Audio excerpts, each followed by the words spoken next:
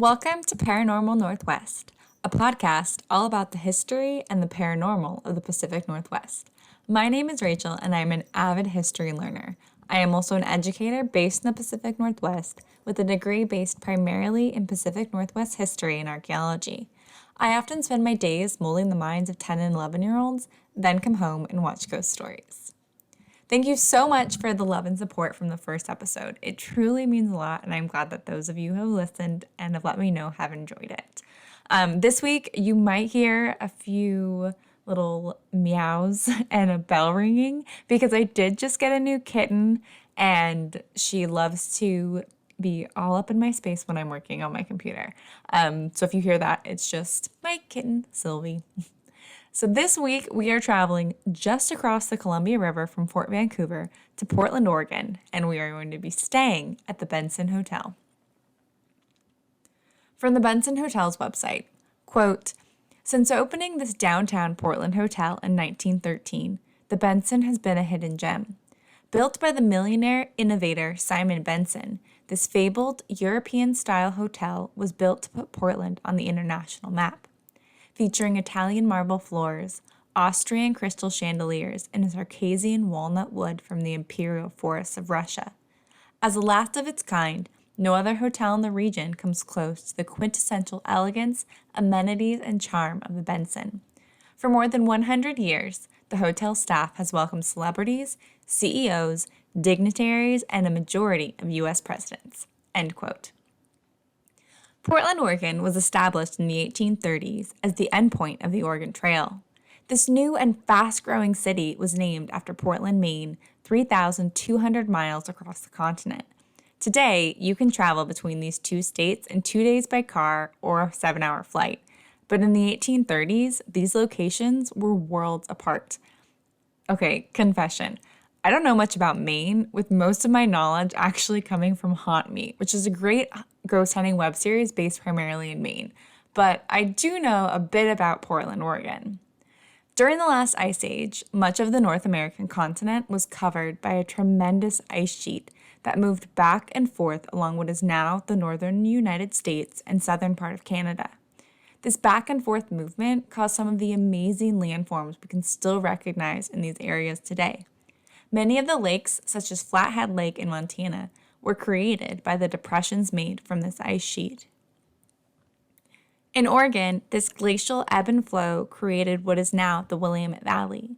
At the end of the last ice age, the Willamette Valley was flooded with 300 to 400 feet of water.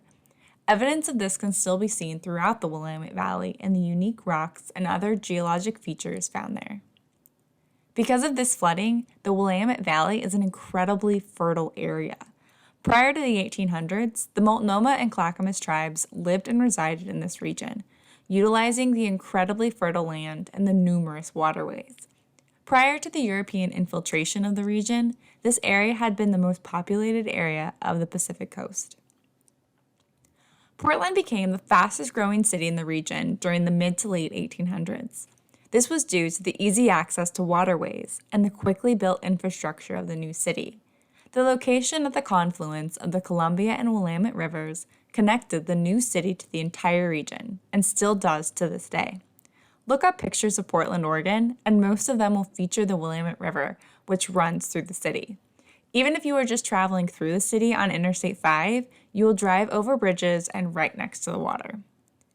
The people of Portland used these waterways to build the largest city in the Pacific Northwest until the 1890s, when the railroads connected Seattle to the rest of the region. Today, Portland is home to approximately 650,000 people, the largest city in Oregon and the 25th largest city in the United States. It was in Portland that a Norwegian immigrant left his mark on the region. Simon Benson was born Simon Berger Iversen in Norway on September 9, 1851. If you're listening to this episode on its premiere date, happy 160th birthday, Simon! Simon's family immigrated to the United States from Norway in 1867. Like most European immigrants, they first landed in New York City. Shortly thereafter, his family moved to Wisconsin to join two of his older siblings who were already living there. So, side note, I know that this is a podcast about the Pacific Northwest, but the history geek in me always comes out. The United States is full of amazing stories of immigrants that have been building this country, something that many people today choose to ignore. My own family immigrated to the United States from Norway and Sweden around the same time Simon's did. They also moved to the Midwest and established lives that eventually led to me. Today, the state of Minnesota has the highest population of Scandinavian descendants, with 1.6 million people in the state claiming Scandinavian ancestry. Second and third, California and Washington state, a trail that my own family history actually follows. So back to Simon. Simon and his family changed their last name to Benson in an effort to be more Americanized.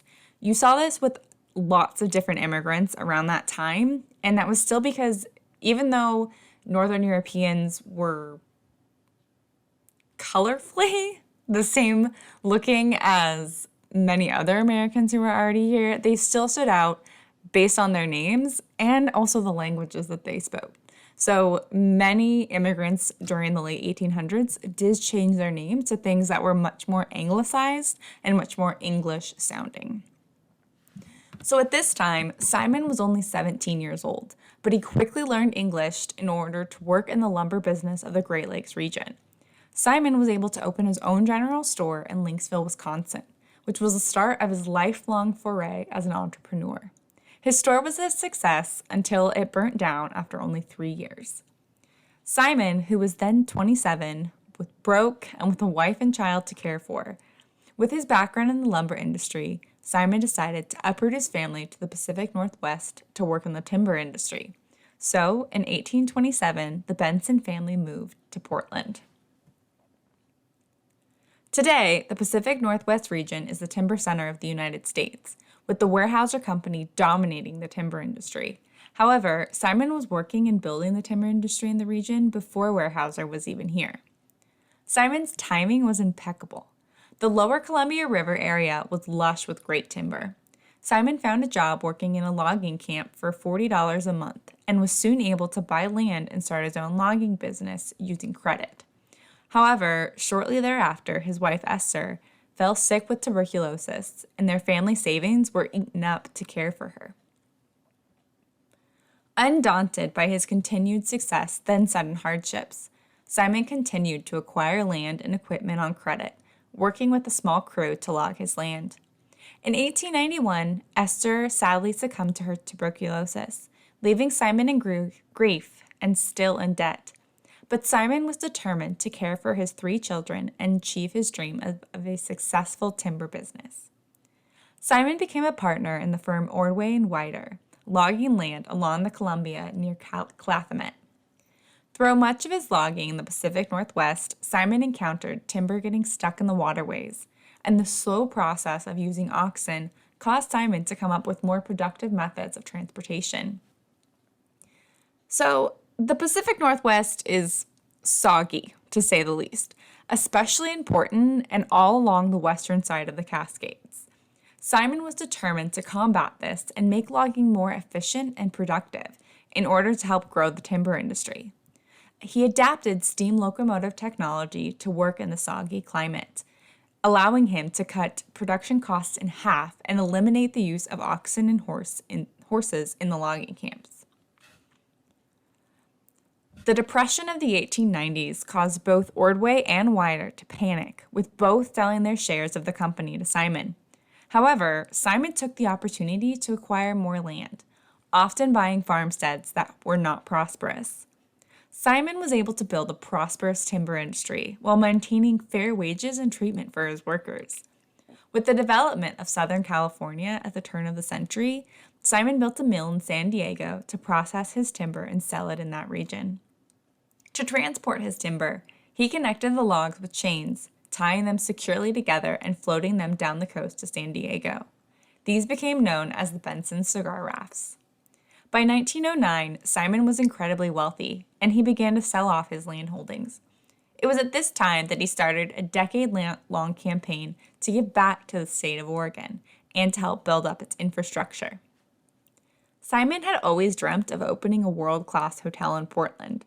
His dream was realized when he built the New Oregon Hotel, which was shortly known as the Benson Hotel.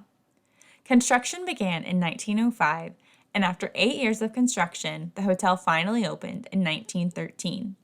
The Benson Hotel was designed after the Blackstone Hotel in Chicago, Illinois.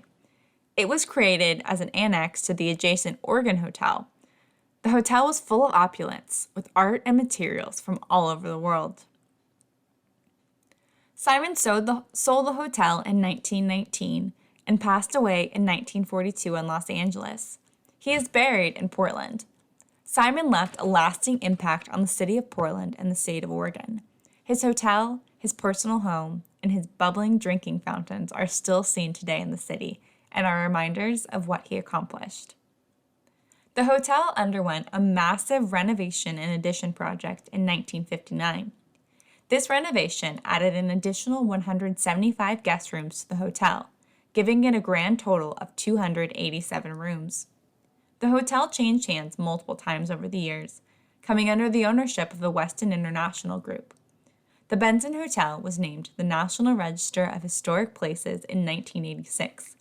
Today, the hotel is owned by Coast Hotels and Resorts. Visitors to the hotel over the last century have embraced the splendor and elegance that has endured and been maintained over time. A striking feature of the hotel is the historic stairwell. The historic stairwell is a 12-story marble staircase that is original to the hotel. Along the walls of the staircase are over 160 photos and stories of the history of Portland. The Benson is known as one of the most haunted hotels in America. And who or what haunts this elegant hotel? None other than Simon Benson himself. The namesake of the hotel is seen throughout the magnificent building, but most often on the 7th, 9th, and 12th floors. He has been seen descending the main staircase, as well as seen in the bar. Simon, who was a member of the temperance movement, has been known to knock drinks out of guests' hands in the bar. Looking up images of Simon, he is almost always shown well-groomed and wearing a suit.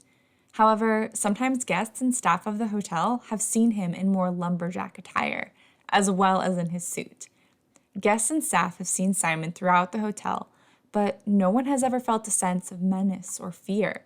He just always seems to be watching, except when he's knocking your drink out of your hand. He has also been known to direct staff, then vanish into thin air. So as being one of the most haunted hotels in America, Simon can't be the only specter, right? Well, he's not. So he's not the only specter, but he is often seen with a young boy, usually on the 9th floor. This boy is thought to be one of his sons, still going to work with his father. He's also thought to maybe be a younger version of Simon, but most people think that it's one of his sons. The young boy can be mischievous, but he hasn't ever been harmful. Guests have reported seeing him next to their bedside tables, then jumping out at them before suddenly vanishing. A guest had an experience where she physically touched him. She reached out, touched him, felt that he was solid, and played a game of peekaboo under her covers with him for a few minutes before he suddenly disappeared. Another specter of the hotel seems to be a previous porter who's still working and helping. A disabled guest was struggling to get into bed when the porter appeared next to them and then helped them get into bed before suddenly vanishing. The porter has also been known to hold guests' hands and help them walk down the stairs before vanishing again. He also once helped a couple take their baggage to their room, then disappeared when they turned around to tip him. As with many haunted places, the Benson Hotel also has its own resident lady in white. She has been seen wearing a long white dress with her purse in hand. She has also been seen to be wandering the halls as though looking for something or on her way somewhere. In the hotel lobby, and this is honestly one of my biggest fears in life, visitors may often see a woman wearing a turquoise dress when they look in the mirror. When they turn around and look behind them, the woman isn't there, but she's still seen in their reflection. I don't know about you guys, but that idea of being able to see a ghost or anything that isn't actually there in a mirror terrifies me. I'd rather just see them with my own eyes in person. None of these resident specters at the Benson Hotel appear to be harmful, though. They're all just there, enjoying the elegant hotel that is Simon's legacy. Today, you can stay in one of the 287 rooms for a night, book events in the conference rooms, or even hold an event in the Mayfair Ballroom. However you choose to spend time at the Benson Hotel, keep an eye out for those who may have never left. So, for now, we're checking out of the Benson Hotel. I hope that you truly enjoyed this episode. Even though I know it was a bit shorter than the first one, this will be kind of the typical length. So please make sure to follow us on Spotify, and we're now also on Google Podcasts. If you have a location suggestion for me, you can send me an email at paranwpod@gmail.com, as well as please follow us on social medias, all at paranwpod. Until next week, bye, and thanks for listening.